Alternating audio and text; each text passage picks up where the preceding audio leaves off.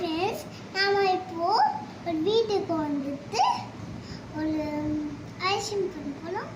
நீங்கள் அதுக்கு வேணும்னா கிளிக் பண்ணிட்டு உங்கள் சேனலை பார்த்துக்கோங்க.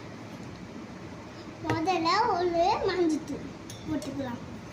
நல்லா மிக்ஸ் பண்ணணும். மிக்ஸ் பண்ணிவிட்டு கொஞ்சம் கூட தண்ணியை சேர்த்துக்கணும். அப்புறமா சேர்த்துட்டு கொஞ்சமாக லிட்டர் பச்சை தண்ணி பச்சையை விட்டுட்டு நம்ம என்ன பண்ணணும்னா